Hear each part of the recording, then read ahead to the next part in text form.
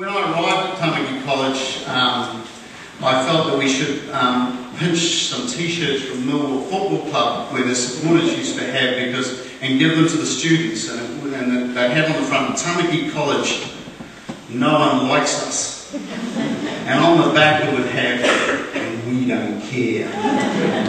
When I left Tamaki College, I left with a photograph of one of our students dressed resplendent in a blazer, being cuddled by the Prime Minister.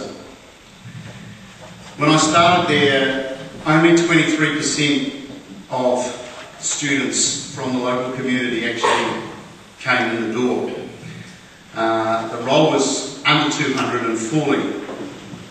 When I left, over 80% of the students from the local contributing schools went to Tamaki College, and the roll was at 650.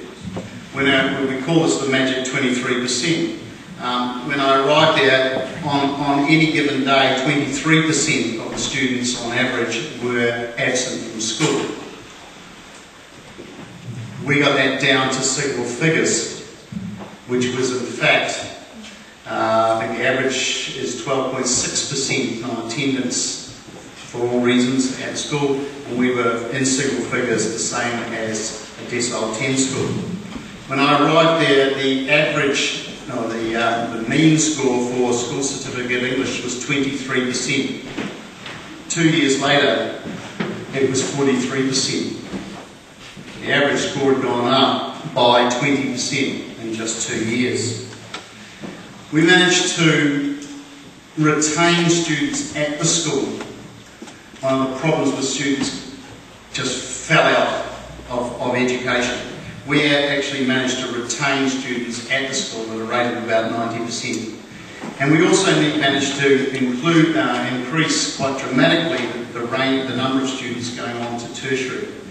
In the year that I arrived, one student in the entire school had left to take up tertiary education.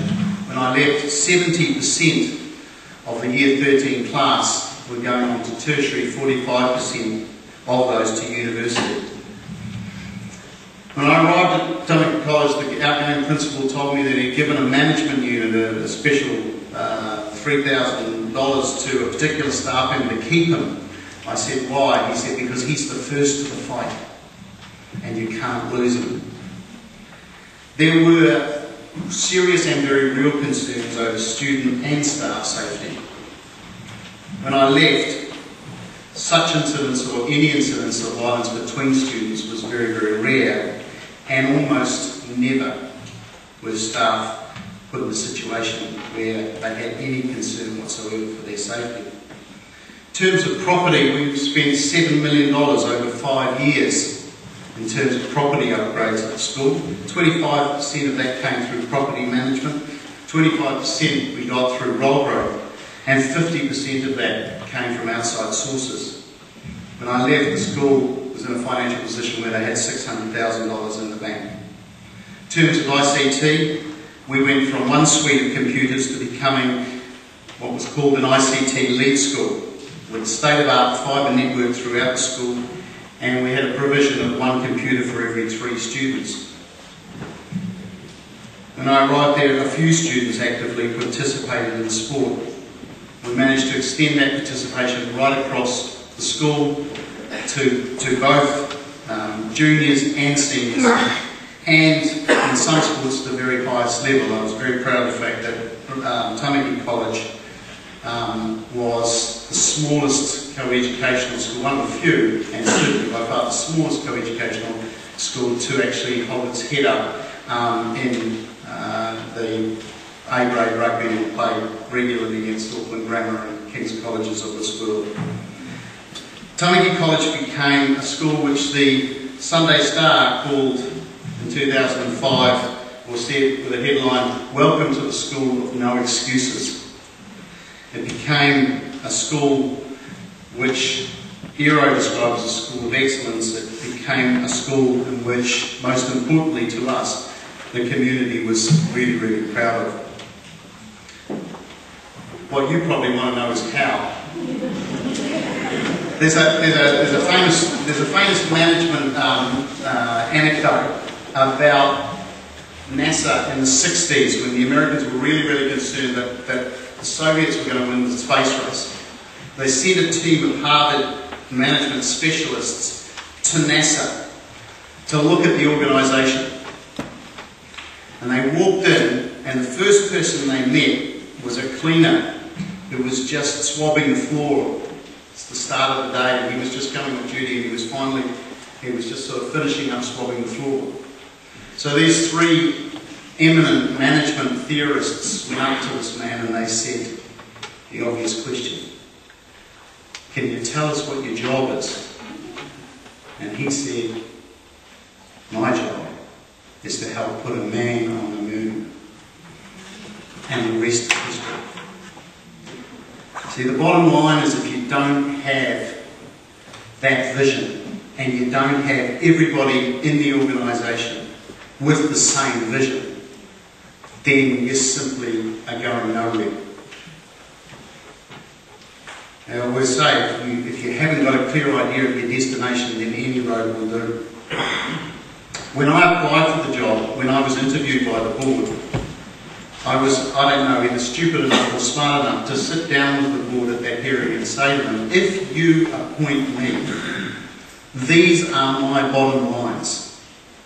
If you appoint me, student will be dealt with in a totally respectful way, and we will expect students to be respectful of the staff and each other. That is non-negotiable for me. If you appoint me to the school, academic achievement will become the prime focus of what we do as an organisation. If you appoint me to the school, then we will build pride in the school. And there was about 3 or 4 other things. And I said to the board at that meeting, if you do not want those things, do not appoint me. Because I have to be true to what I believe is a vision for this school and for these students. And if it is not shared by you, then we are wasting our time, because it will be too hard. They offered me the job. And to their credit, they backed me 100%. One of the first things we did was ask students to wear shoes to school. We had a small sector of the community who protested vigorously on this. How dare you expect our children to wear shoes? How can we possibly afford shoes? The board stood absolutely staunch. The new principal had the courage to go on. The next thing is, in terms of change in any organisation, but in terms of the school, it's not about the students. Change is about the adults. Tamaki College was lucky in the sense that it had a change of principle. That was absolutely essential, in my opinion. It gave the new person an opportunity.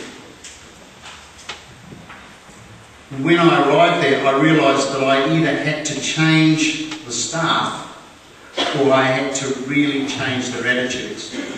And many of those attitudes were very deep-seated.